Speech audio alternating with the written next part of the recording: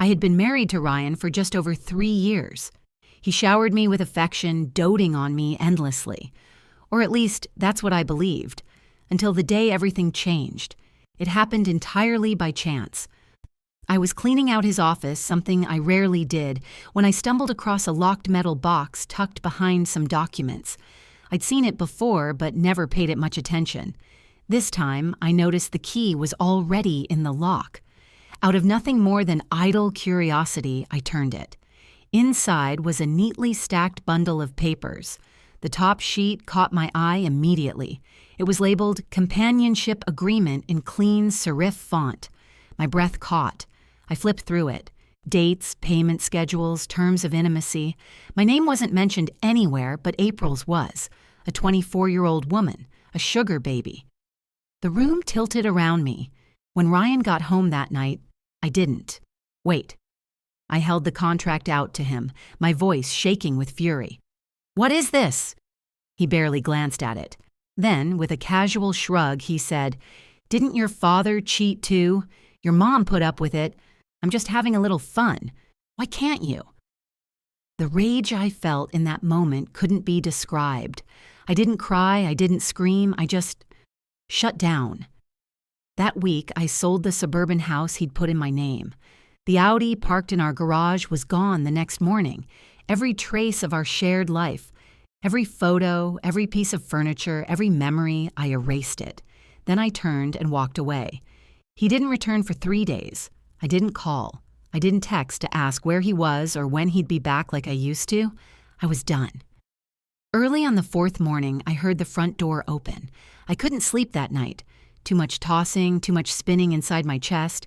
So I was still lying awake when he walked into the bedroom, the soft rustle of his coat, the weight of the mattress shifting. And then, without asking, without a word, he pressed himself against my back, chest warm against me like nothing had ever happened. My entire body tensed. What had once been comfort, safety, now made my skin crawl. I shifted slightly, trying to pull away, but his arm snaked around my waist, and then came his whisper, "Why are you so cold?" Cold? I had just undergone a medical procedure that day. I hadn't told him, not because I was hiding it, because I knew he wouldn't care. Of course I was cold. My fingers brushed the back of my hand, still chilled from the IV drip. "I don't feel well," I said flatly. There was silence. Then he reached out again, trying to pull me closer. I pushed his hand away and rolled to the far side of the bed. "Where are you going?" he asked, voice low.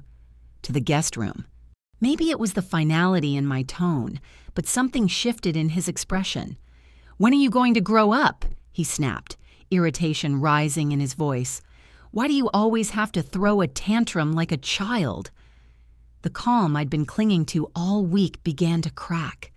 Pain crept through the spaces in my chest. I gave a bitter smile. "So in your eyes, I'm the one always making a fuss?" He didn't answer, just stared at me with those flat black eyes, lips pressed in silence. His refusal to speak was louder than any insult. I sat up, met his gaze without flinching. "If we can't even stand each other anymore, then let's stop pretending. Pick a day. We'll go to the county office and file for divorce." His jaw clenched. He shot up from the bed, furious. "Clara, how many times do I have to tell you?" he growled. "April doesn't mean anything. She's just different. A break. I'll cut her off when this is over. You're the one who matters. You're my wife." I stared at him, stunned. There was no remorse in his voice, only justification. My voice trembled. "Do you even hear yourself? Do you have any shame?" He rolled his eyes, stepping away like I was being dramatic. "We've been married 4 years, Clara. Have I ever treated you badly? Can't you just ignore it? Everyone else does." A dry, mirthless laugh escaped me. "So by your logic, I can go get myself some freshness too." That made him snap. In 2 strides, he crossed the room and grabbed my wrist, his grip tight and furious. "You dare?" I met his glare with ice in my veins. "See? Even you can't handle it. So why should I be expected to? He said nothing. Let's get divorced, Ryan, I whispered. I don't want to keep doing this. He didn't respond, just stared at me for a long moment. Then, without a word, he stormed out and slammed the door behind him. I sat there in the dim light of the bedroom, staring at the familiar outlines of our furniture, and for the first time, I allowed myself to cry. The guest room smelled faintly of lavender and dust. I curled up beneath the unfamiliar sheets, my body aching from more than just physical pain. I lay there in the dark, listening to the soft tick of the wall clock, thinking about how Ryan's face had twisted when I mentioned divorce. Not with sadness, not with regret, with outrage, like I was the one who had betrayed him. The next morning passed in silence. He didn't leave for work. He stayed home, lingering in the kitchen, scrolling on his phone, acting like nothing had happened. I stayed in the guest room. We didn't speak. The air between us was stiff, cold. Later that afternoon, I came out to get some water. He was sitting at the kitchen island sipping coffee, like it was just another Tuesday. He looked up. Are we really going to keep doing this? He asked, giving each other the silent treatment like high schoolers. I ignored him, walked to the sink. I told you it didn't mean anything, he said. April's just a distraction. You're my wife, Clara. That's not changing. I gripped the counter. My voice came out quiet but steady. You humiliated me, he scoffed. You're being dramatic. You act like I murdered someone. I turned to him. You lied to me. For how long? He shrugged, unwilling to answer. The bitter taste in my mouth wouldn't leave. Is this how you justify everything? I asked. By pretending it's not a big deal, by pretending I should just get over it. You know what your dad did, he said suddenly, sharply. Your mom stayed. She understood that men stray. Doesn't mean we don't love our wives. His words struck like ice, water to the face. I stepped back. Don't you dare bring my family into this. Why not? It's the truth, he said. My voice was hollow. So what? Now you're using my trauma to justify your cheating. He stood, face darkening. You're twisting everything I say. I'm trying to fix this, and you're making it impossible. Fix it? I laughed bitterly. You call this fixing it? I told you I'd cut her off, he snapped. What more do you want? I want a husband who doesn't need to be told not to cheat. He threw his hands up, pacing. This is exactly why I didn't tell you. You're impossible to reason with. A silence stretched between us, and in that silence, I realized something. He wasn't sorry. Not truly. He was only sorry I found out. I looked at him. Really looked. His expensive shirt, his watch, the slight crease in his brow, his mouth now pressed into a hard line. A stranger. He felt like a stranger. So that's it? I asked, quieter now. You're not even going to apologize? He sat back down, jaw tightening. That was answer enough. I turned and walked away. This time, I didn't go to the guest room. I went outside. The air was cool, and I stood barefoot on the stone tiles, the cold seeping into my skin. I remembered something then. Months ago, after my father's scandal broke, after the woman he cheated with had come to our house, swollen with pregnancy, demanding a divorce. After the shouting, the neighbors, the humiliation, after my mother had crumbled in the hallway, it was Ryan who found me crying in the garden. Ryan who had held me so tightly my ribs ached, whispering, I'm here, don't be afraid. I had clung to that promise, built my safety around it. He had become my anchor. Now he was the one who'd cast me adrift. Tears stung my eyes, but I blinked them back. No, not this time.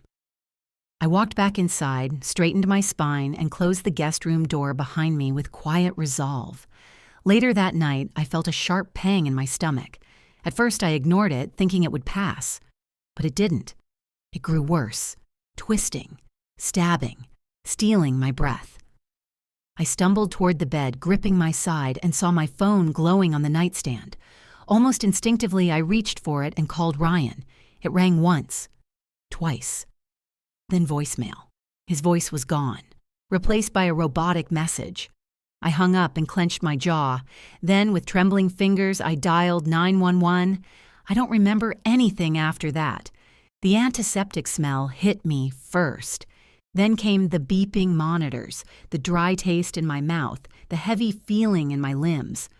I opened my eyes slowly and saw white walls, medical equipment, the edge of a curtain drawn halfway, and then Ryan. He was sitting in a chair beside the bed, elbows on his knees, his hands clasped so tightly his knuckles were pale. His face was tense, unreadable. But when he realized I was awake, his expression twisted, less with concern and more with barely concealed rage. "You aborted our child?" he asked, voice low and sharp. I stared at him, my throat dry. "Yes," I answered quietly. The words fell between us like a stone. "What gave you the right?" he demanded.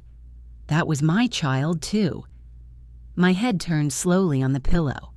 I looked at him, really looked at him, and saw a man suddenly claiming something he'd never wanted before. In the 4 years we'd been married, Ryan had never once brought up having children. Not even when his mother hinted, not even when she insisted we were getting older and it was time to give her a grandchild. Every time, he was the one who shut the conversation down. "We're still young," he would say, placing a hand on my shoulder. "There's no rush." And I believed him. I thought we were on the same page, that we had time, that maybe one day, when we were both ready, we'd talk about it. But he had never wanted kids, at least, not with me. I drew in a slow breath. "Your mother said something once," I whispered. "That bad traits run in families. Maybe she was right. I didn't want to risk bringing a child into the world who might grow up to be just like his father." Ryan's jaw clenched so tightly I thought he might break a tooth. He stood abruptly and kicked the metal chair beside him. It crashed against the floor with a thunderous clang that echoed through the sterile hospital room. I flinched. A nurse peeked in briefly, then disappeared when she saw the tension. He didn't notice. He was too busy pacing. Then suddenly he stopped and let out a sarcastic, hollow laugh. "You're unbelievable, Clara. Really.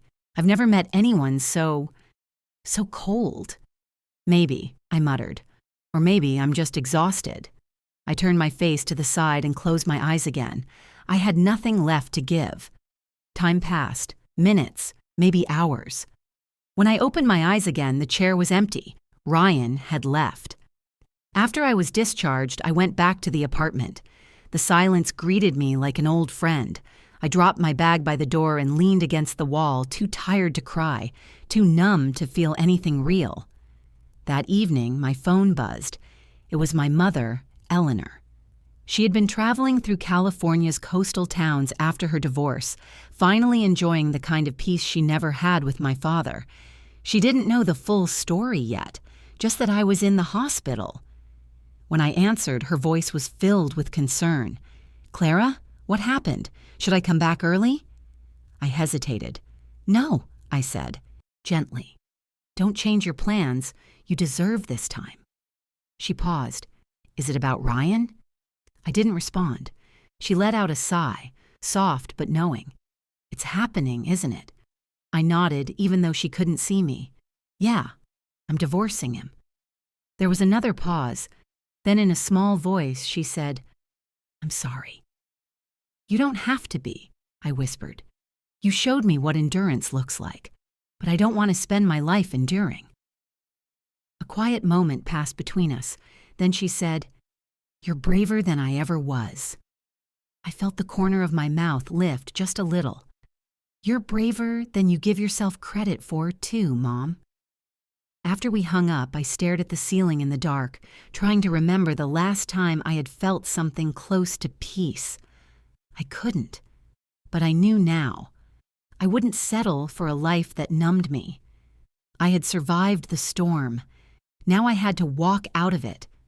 Once I had, rested for a few days at home, I finally reached out to Jenna. She had always been more than just a best friend. We'd grown up together, been through every kind of heartbreak side by side, and she was the only person in this city I still trusted. When she arrived at my apartment, she didn't even sit down before I spoke. "Jenna, I need a favor." She paused, looking around the bare room, her brow creasing with worry. "What's going on, and why are you still pale? You look like you haven't eaten in days." I told her everything. Every detail from the moment I found the sugar baby contract to the night I was rushed to the hospital, to Ryan's cold fury when he found out about the abortion. I told her about the way he'd used my parents' pain as a shield for his infidelity, the way he'd stared at me like I was the problem. When I finished, Jenna was silent for a long time. Then she shook her head and muttered, "I warned you back then, remember? When your dad cheated, I told you not to tell Ryan about it. I was afraid he'd throw it in your face someday." "You were right," I said bitterly. "I trusted the wrong person. I leaned on him too much." Jenna placed a hand on mine. "Well, at least now you know.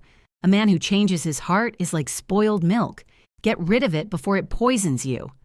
That made me let out the smallest laugh. "So," I said, "I might have to trouble you for a while. I need a place to stay." She rolled her eyes with a scoff. "Trouble? Don't be ridiculous. I told you when I bought my condo I was keeping a room for you. You can move in any time." Those simple words eased something tight in my chest. 2 days later, after I'd been discharged, I returned to the house one last time. I didn't take a break. I dove straight into cleaning out Ryan's belongings. Just like he. Always claimed he had never treated me badly, not materially anyway. The jewelry he'd bought was high-end. The dresses still had tags. His gifts from business trips had always been carefully chosen, thoughtfully wrapped. But it all felt like a performance now, like props in a play I no longer believed in. I began packing everything into boxes.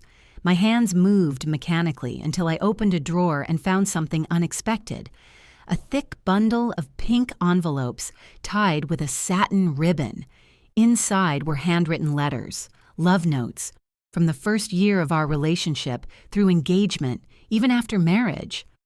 Ryan had written about how deeply he loved me, how he couldn't wait to build a life together, how he couldn't sleep when we were apart. Each word was a blade. I stared at them for a long time. Then I stood, letters in hand, and went downstairs.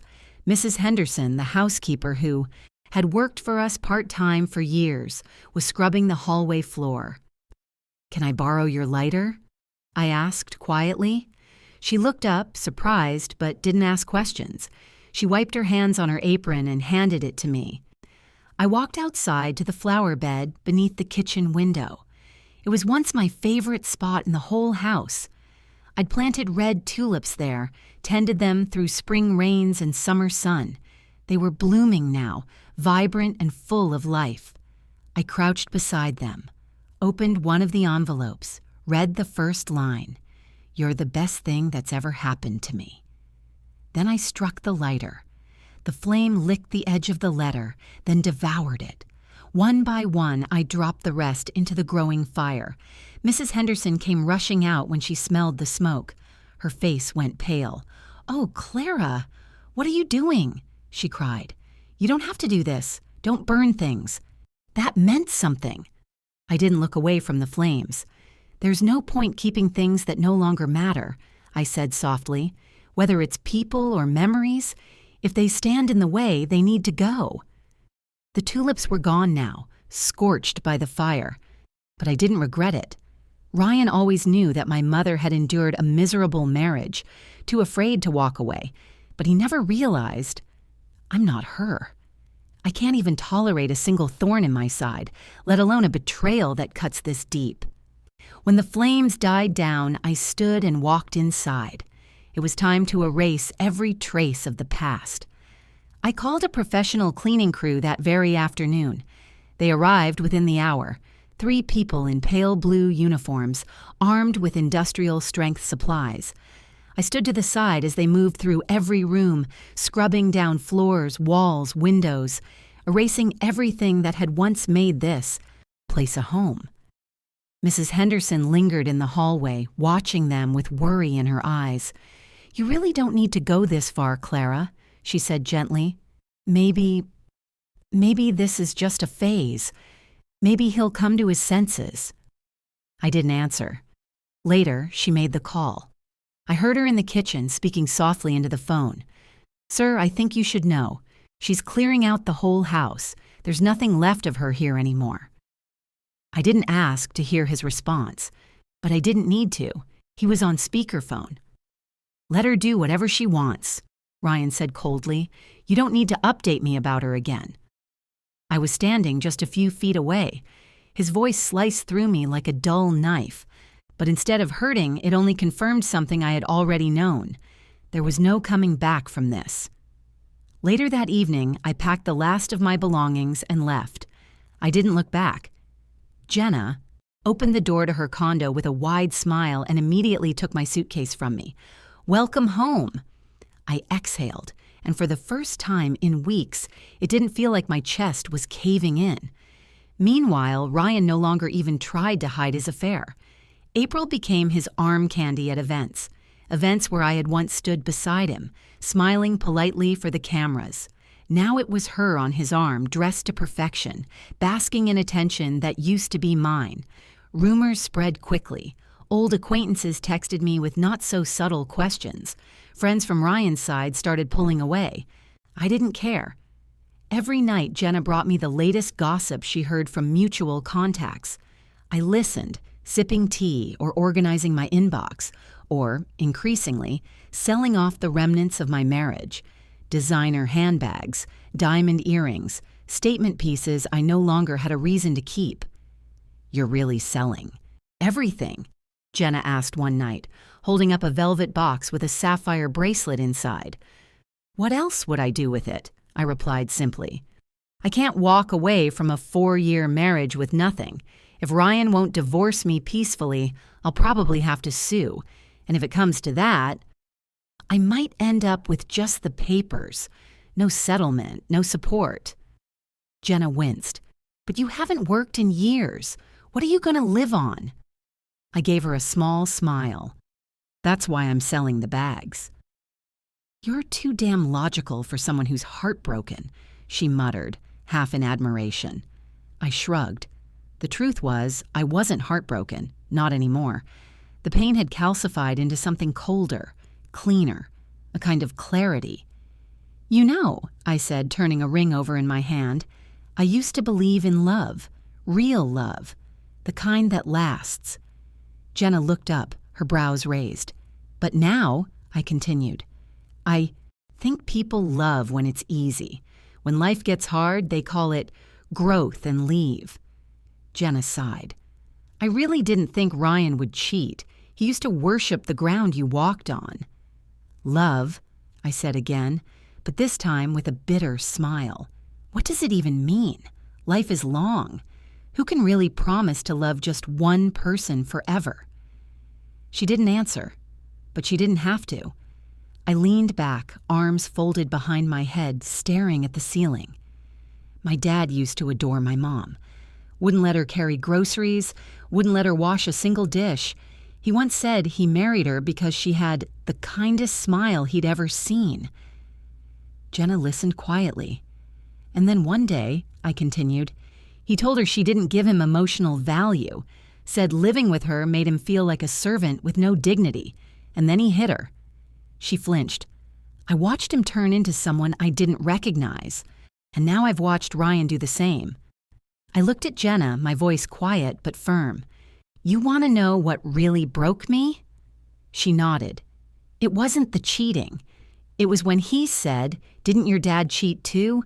Your mom tolerated it. Why can't you?'" My voice cracked then, just slightly.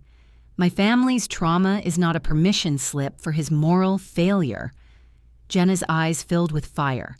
"That absolute piece of trash. The nerve to drag your parents into this. He's a disgrace to Oxygen." I laughed weakly. "It's fine, really, because thanks to both of them, I've learned something important." "What's that?" she asked, still fuming. "If you stop caring," I said simply, "you can finally start living." I blocked every number Ryan could use to contact me, deleted him from every app, muted every shared group thread. I wasn't hiding. I just didn't want to waste another second of my life reacting to him. But I hadn't anticipated this. One afternoon, the doorbell rang. Jenna opened it and immediately slammed it shut again.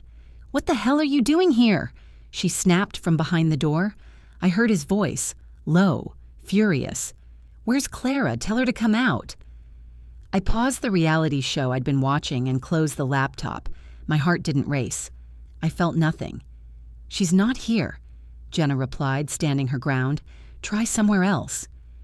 "She has nowhere else to go," he said coldly. Jenna laughed, but there was no humor in it. "Oh, so now you remember that? Did you forget the vows you made to her?" There was a long silence, then Ryan's voice again, flat and forceful. "This is between me and my wife. It doesn't concern you." Jenna didn't back down. "This is my house. So yes, it does. You want a confrontation? Go ahead and trespass." Apparently convinced I was inside, he tried to force his way in. That was when Travis, Jenna's boyfriend, returned from the gym. The moment he saw Ryan trying to push through the door, he didn't hesitate. He stepped between them and threw the first punch. "Stop!" Jenna cried, rushing to break them up. Ryan was taller, stronger, and trained. His blows came fast and hard. Travis fought back, but he was clearly outmatched. I bolted to the door, shouting for them to stop. Neither listened. It wasn't until Jenna managed to call the building's security that help finally arrived. 2 guards pulled the men apart with calm efficiency. Travis was bleeding, his cheek already swelling. Ryan's chest was heaving with fury. When he saw me, he pointed and shouted, "If you had just come out earlier, none of this would have happened." I stared at him, stunned at how effortlessly he twisted the blame. "You're unbelievable," I said quietly. "You always think it's someone else's fault, don't you?" His eyes were dark, wild. "You're my wife. You think you can just disappear?" I didn't flinch. "I think I can choose peace." "Come home with me." I laughed, short, sharp. "No." Travis groaned and leaned against the wall. Jenna immediately helped him inside, shooting daggers at Ryan the entire time. I took a breath. "Take him to urgent care. I'll talk to him." Jenna hesitated. "If he so much as raises his voice..."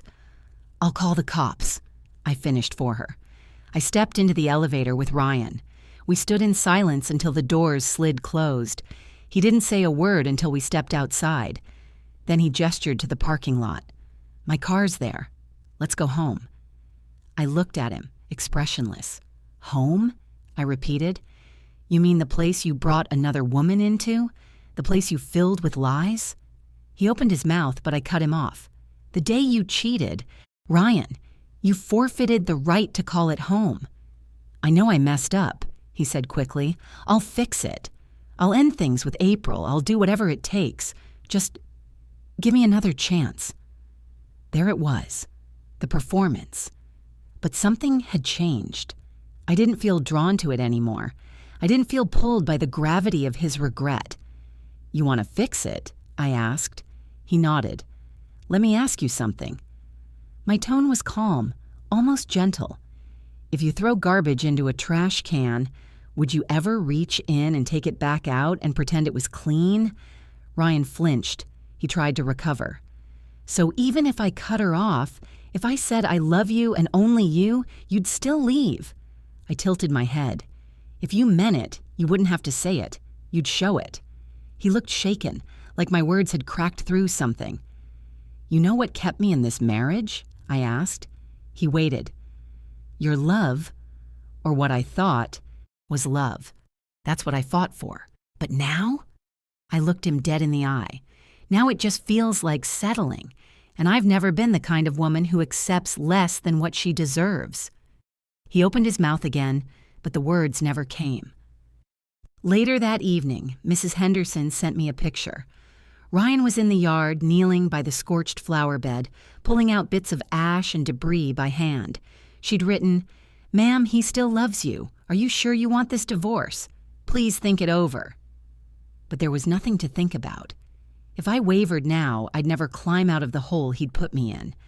I blocked his number again and called Jenna. "I'm coming back to the hotel. I've stayed long enough." "Want me to pick you up?" she asked. "No," I said. "I'll walk. I need to feel the cold." The hotel I checked into was just a few blocks from Jenna's place. Quiet, clean, anonymous. Exactly what I needed. I moved in without ceremony, carrying only 2 suitcases and a laptop. I didn't plan on staying in this city. There was nothing left for me here. No people. No memories I wanted to keep. No reason to settle down again. With time on my hands, I focused on things I hadn't in years. Sketching. I'd studied fashion design in college, though I'd never worked after marrying Ryan. Still, design had always been my escape. I'd made clothes in my spare time, filled sketchbooks with patterns, sewn dresses no one ever wore. Ryan had even built me a private studio in our old house, a quiet, light-filled space just for my work. But his mother hated the idea of her daughter-in-law having a public career, so my sketches sat hidden, silent, like me. Not anymore. One evening, while scrolling through emails on Jenna's couch, I saw a message she'd forwarded. "There's a school in New York," she'd written in the subject line. "They're recruiting for a special fashion program. One-time intake. No age limit. You should apply." I stared at the message for a long moment. Then I opened the link. The application was straightforward. Just a brief personal statement, portfolio, and proof of background in design. I didn't hesitate. That night, I stayed up assembling my portfolio. Photographs of handmade pieces, digital sketches, color studies, concept notes. I hit send before I could overthink it. Afterward, I sat in silence in the hotel room, staring at the sent confirmation email. The soft hum of the heater was the only sound. For the first time in months, I felt something that resembled hope. I didn't return to Jenna's place, though she offered more than once. I didn't want Ryan to show up again, screaming outside her condo and attracting attention. She didn't deserve that chaos. Instead, I switched hotels every few days, staying off the radar. During the wait for the school's response, I booked a consultation with a divorce lawyer, Mr. Lawton. I walked into his office in a black wool coat, portfolio under one arm, and steeled resolve in my chest. "I want a file," I told him. He reviewed my case carefully, nodding as he flipped through the documents. "Unfortunately," he said, "unless your husband agrees, the court will first try to mediate. You'd need to prove emotional distress or prolonged separation. Otherwise, it'll take at least 3 years of formal separation before the court will finalize it without his consent." I let out a breath. So basically, if he keeps refusing, I'm stuck. "For now," he confirmed, "but we can start the clock today." I nodded. "Then start it." I didn't want to face Ryan again, so I asked Mr. Lawton to send the signed divorce agreement directly. He agreed. 2 days later, Jenna called me. "He's losing it," she said. "Your lawyer must have sent the papers today. Ryan's at my door again. He looks like he hasn't slept." I was in a cafe when she called. I stirred my coffee slowly. "Don't let him in," I said. "You think I would?" She snorted. "He banged on the door like a lunatic. Said he knew you were here. I told him to go to hell." A pause. "He looked desperate," she added, "like a man who just realized he's not in control anymore." I didn't reply. She hesitated. "Are you okay?" "I'm fine," I said, and I meant it. That night, I received an email. No subject line, no sender I recognized. I opened it and immediately saw it was from the fashion school. I clicked. My heart began racing. "Dear Clara, we're pleased to inform you that you've been selected for admission." I didn't even finish reading before I broke into laughter. Pure, unfiltered joy. My first genuine smile in months bloomed across my face. It wasn't for Ryan or anyone else. It was mine. Tomorrow I would start planning my move. A new city, a new beginning. No one's shadow behind me, just me, and the life I wanted to build. Jenna insisted we celebrate. "You got into the program, Clara?" she said, tossing a jacket my way. "You're officially on your way out of this mess. That deserves glitter, wine, and maybe a ridiculous pair of heels." I laughed, more out of habit than amusement, and let her drag me out. We ended up at a nail salon we used to frequent years ago when things were simpler, when I still believed in permanence. "You used to hate coming here," Jenna teased, flipping through design options. "Said it was a waste of time." "I used to live for someone else's approval," I said. "Now, I just want to look good for myself." The nail technician asked what color I wanted. I chose a rich burgundy, bold, unapologetic. While she worked, I glanced up and froze. April. She was outside just beyond the glass storefront, pale, fragile, almost translucent under the midday sun. She looked nothing like the smug girl I'd seen in photos beside Ryan. Her steps were hesitant, her posture hollow. I looked away, but she'd already seen me. A moment later, she walked in. Her lips were chapped. Her eyes were ringed with exhaustion. "Miss Carter," she said, voice barely above a whisper. "Can we talk?" I didn't want to.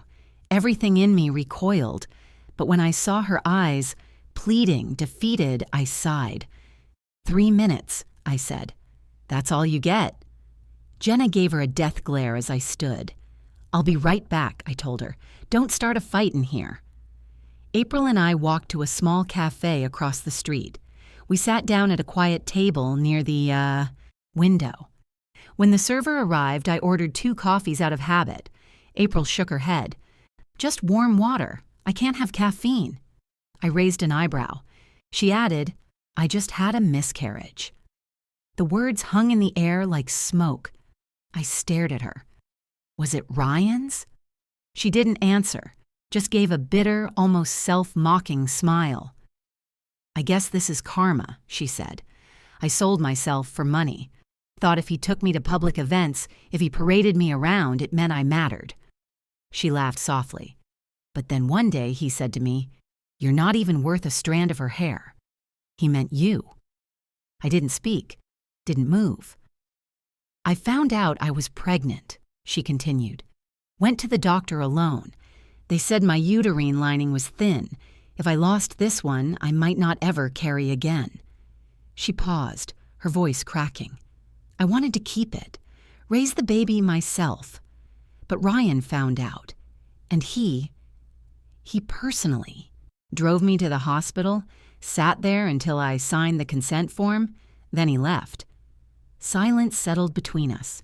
Finally, I said, "What are you trying to tell me, April?" "I just thought you should know," she said, staring at her trembling hands, "that you're not the only one he broke." "Don't believe a man like that again," she added quietly. "There'll always be someone else after me, but you. Don't let him ruin you." I studied her face. "You think I'm a good person?" I asked. "Yes," she said, not hesitating. "You didn't come after me. You could have. Most wives would have. But you didn't even look at me." I shook my head. "Not confronting you wasn't kindness. It was dignity. Mine." Just then the cafe door slammed open. Ryan stormed in like a storm front, eyes blazing. "April," he barked. "What are you doing here?" She went still, shrinking into her seat. "You had no right to come to her," he snapped, stepping toward her like she was an annoyance. I rose slowly, planting myself between them. "Is this all you know how to do now? Intimidate women who've already lost everything?" "Clara, I don't want to hear it," I said sharply. "Did you come to sign the divorce papers?" His face twisted. "No, I'm not signing. Don't even think about it." I stared at him, calm and resolved. "Then don't show up again, not unless you're ready." I grabbed my coat and walked out without waiting for his reply. He didn't follow. Back at the hotel, I opened the windows wide and let the air in. It smelled faintly of city exhaust and spring. I texted Jenna. "All done. He's still delusional." She replied instantly. "You okay? Want me to drop kick him for you?" I smiled. A real smile. I was done being dragged into Ryan's chaos. The more I distanced myself, the more clearly I saw the woman I used to be, the one I could become again. I didn't need revenge, I needed peace, and I was finally finding it. The next morning, I began preparations. I hadn't heard from Ryan again, not directly, but that didn't mean he'd given up. To avoid being tracked, I began switching hotels every couple of days. Jenna helped me with the logistics, booking under different names, choosing locations he wouldn't think to look. My visa came through a week after the acceptance letter. I didn't hesitate. I booked a one-way ticket to New York. The day before my flight, Jenna insisted we mark the occasion properly. "We're celebrating your rebirth," she said, holding up a small gift box. Inside was a charm, a delicate silver piece engraved with a short blessing. "For luck," she said, blinking away tears. "For protection. For everything that's coming next." I pulled her into a hug and she broke down, full on crying. It reminded me of my wedding day. Back then she cried just as hard, only then it had been out of joy. Now it was out of relief, maybe pride, maybe grief for what I'd lost and what I was about to reclaim. "Just wait," I said, trying to smile through the lump in my throat. "I'll come back rich. I'll buy you a penthouse." "It's a deal," she sniffled. "A real one." That night, for the first time in what felt like years, we both slept soundly. Even our dreams were quiet. The morning of my flight was bright and cold. I wore jeans and a thick sweater, hair tied back, passport tucked into my coat pocket. Jenna drove. We chatted lightly during the ride. Favorite childhood shows, snacks we missed, the weather in New York. But I noticed a car behind us, a black sedan with a plate that looked familiar. I turned, heart skipping, but it was gone. Maybe it had never been there at all. By the time we reached the airport, my nerves had returned, but not out of fear. Excitement pulsed under my skin. After check-in, Jenna hugged me again, longer this time. "I'll be waiting," she said. "And don't you dare go soft and come back for the wrong reasons." "I won't," I promised. "I have everything I need." I boarded the plane and didn't look back. The campus in New York was beautiful, compact but buzzing with creativity. The school had offered dorm housing, but I declined. I didn't want to risk roommate drama or shared bathrooms. Instead, I found a small apartment 10 minutes from the studio building. It hadn't been lived in for a while. Dust clung to the baseboards, and the windows needed a serious wipe. I spent my first day scrubbing the place top to bottom, cleaning out every corner. When I finally collapsed onto the couch, the sun was setting in streaks of orange and gold. The apartment was silent, but it didn't feel lonely. Then my phone rang. It was Jenna. I answered with a smile. "I just finished cleaning. It already feels like home." But her voice cut through my calm. "Clara, Ryan's been in a car accident." The room went still. "What?" "He was in a crash," she repeated, voice tight. "They issued a critical notice during surgery. He's in the ICU." I blinked, my body suddenly cold. "Are you going to come back?" she asked quietly. "His parents are trying to reach you. They said you're still legally his wife." I sat there for a long time, phone pressed to my ear. Then I said, "No." A beat of silence. "It doesn't mean anything now," I continued. "I chose to let go. I'm not going to get dragged back into it." "That's probably for the best," Jenna agreed. "His parents are furious. If they find you, they'll blame you for everything." "I know," I said, "but they've already blamed me for things that weren't mine to carry. I won't take on their grief, too." We hung up. The rest of the day passed in a strange haze. That night, I lay in bed and thought about karma. April had lost her child, and now Ryan might not survive. A week ago, I would have cried, maybe even called his parents. But now I just stared at the ceiling. I had already said goodbye. The next day, I blocked every unfamiliar number that tried to call. One slipped through. I answered it without thinking. "Clara Carter?" came the sharp voice of a woman. "I'm Ryan's mother." I said nothing. "You heartless girl," she hissed. Do you think you can just run off while my son is fighting for his life? You pushed him to this. You ruined him. If he dies—" "I didn't make him cheat," I said calmly, "and I didn't put him in that car." Then I hung up. After that, I changed my number. A week passed. Jenna. Called again, her voice softer than before. "He's gone," she said. I didn't react at first. My eyes were fixed on a sketch I was outlining in charcoal, clean, controlled, quiet. "He passed at 2:03 a.m., she added. I set the pencil down. My hands were steady. "He left you something," she said after a moment. "Half of everything, assets, bank accounts, property." I closed my eyes. "And a message," Jenna continued. "He told his assistant to pass it to you." I didn't want to hear it, but I did. He said, "If I could go back, I would never have made such a stupid mistake." A pause. Then Jenna's voice almost whispering, "Clara, are you okay?" I nodded, even though she couldn't see. "I'm fine," I said. Because I was. There's no such thing as rewinding life. No erasing mistakes with words spoken too late. No real meaning in what-ifs when the damage has already rooted itself in every corner of who you used to be. I hung up gently. Then I looked up, out the studio's wide window into the clear, endless sky, blue and open and full of things I hadn't seen yet. A knock came at the door. It was Professor Wei, my design mentor. He smiled at me, then struggled with the words, his accent thick and careful. "It'll all pass." I smiled. For the first time, it wasn't bitter. That afternoon, I walked along a quiet street near the campus. Spring was just beginning to stretch into the city, pulling green out of stubborn branches. There was a flower stand on the corner, sun spilling over buckets of tulips, red ones. I stopped and bought a single stem. Later, I placed it on my windowsill, where the sunlight could reach it. It didn't mean I forgave Ryan. It didn't mean I forgot. It just meant I was still here, still growing, still choosing myself every single day,